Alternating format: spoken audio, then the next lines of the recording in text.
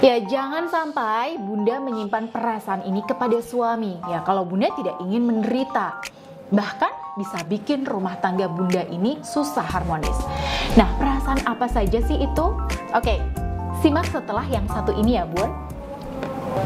Assalamualaikum warahmatullahi wabarakatuh. Ya, sahabat Bunda yang dirahmati oleh Allah. Oke, bertemu lagi dengan saya Bunda Ayu. Gimana kabarnya Bunda? Sehat? Ya, alhamdulillah. Nah, ngomong-ngomong, di edisi kali ini saya ingin ngobrol dikit sama Bunda.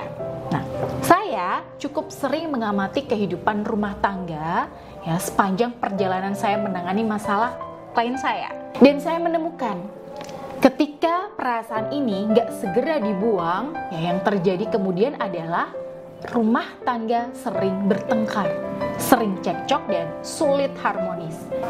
Ya Allah Bun, sebenarnya Bunda Ayu ini pengen ngomong apa sih? Pengen nyampein apa? Bikin penasaran deh.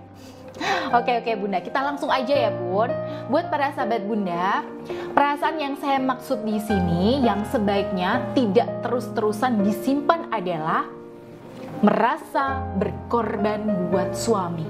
Loh, kok nggak boleh merasa berkorban sih Bun? Padahal nyatanya saya kan memang jelas-jelas banyak berkorban untuk suami. Oke Bunda, saya tahu dan yakin itu ya. Terkadang kita mungkin merasa sudah melakukan yang terbaik buat keluarga kita. Ya, kita sudah mengabdi, melayani, nurut ya.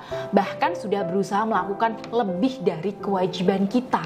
Ya pastinya rasanya sakit ya Bun kalau itu semua ternyata nggak dihargai. Nah, akan tetapi kalau kita mau berpikir lebih dalam nih, ternyata rasa sakit dan kecewa itu muncul bukan karena kita yang sudah mati-matian berjuang untuk suami dan sudah habis-habisan berkorban untuk keluarga.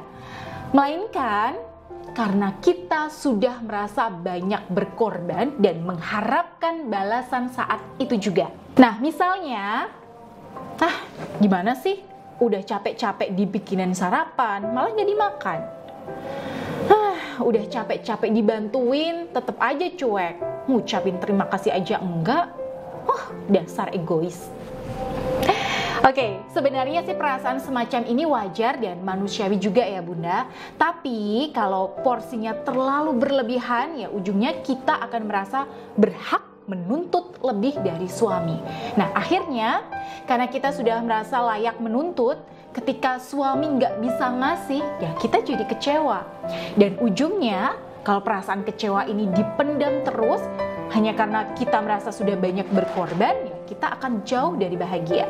Bahkan di luar sana Bun, suami istri yang sama-sama memelihara perasaan semacam ini kebanyakan sering cekcok dan susah akur. Ya gimana nggak cekcok ya, wong sama-sama kekeh dan saling nuntut dan nggak ada yang mau ngalah. Nah dua-duanya itu sama-sama merasa sudah berkorban, merasa sudah berbuat banyak, merasa sudah berbuat lebih dan berhak menuntut. Nah lalu bagaimana seharusnya kita bersikap dong Bunda? Oke, tentu saja perasaan seperti ini wajar, tapi kita harus membatasi, jangan sampai berlebihan Bunda. Nah yang kedua, supaya perasaan banyak berkorban ini tidak mendominasi, caranya kita switch fokus kita. Supaya kita bisa lebih berpikir, apalagi nih ya yang bisa aku lakukan untuk suamiku? Nah, kalau sehari-hari kita udah bisa mengubah mindset kita seperti ini, ya insya Allah kita akan jauh lebih bahagia. Ya seperti halnya Ibunda Khadijah radhiyallahu anha dulu ya ketika menikah dengan Rasulullah. Nah, saat para wanita Arab bilang, wah, Khadijah ini pasti bahagia banget ya menikah sama Muhammad. Beliau justru menjawab, sejak aku menikah dengannya, aku tidak lagi berpikir bagaimana caranya aku senang. Tapi aku selalu berpikir bagaimana cara membuat suamiku senang kepadaku. Baik, silahkan dicoba dipraktekkan di rumah ya Bunda. Nah, kalau ada perkembangan atau ada kendala dan butuh bimbingan, silahkan Bunda bisa konsultasikan secara private dengan saya di nomor yang ada di layar ini. Baik, akhirul kalam. Wassalamualaikum warahmatullahi wabarakatuh.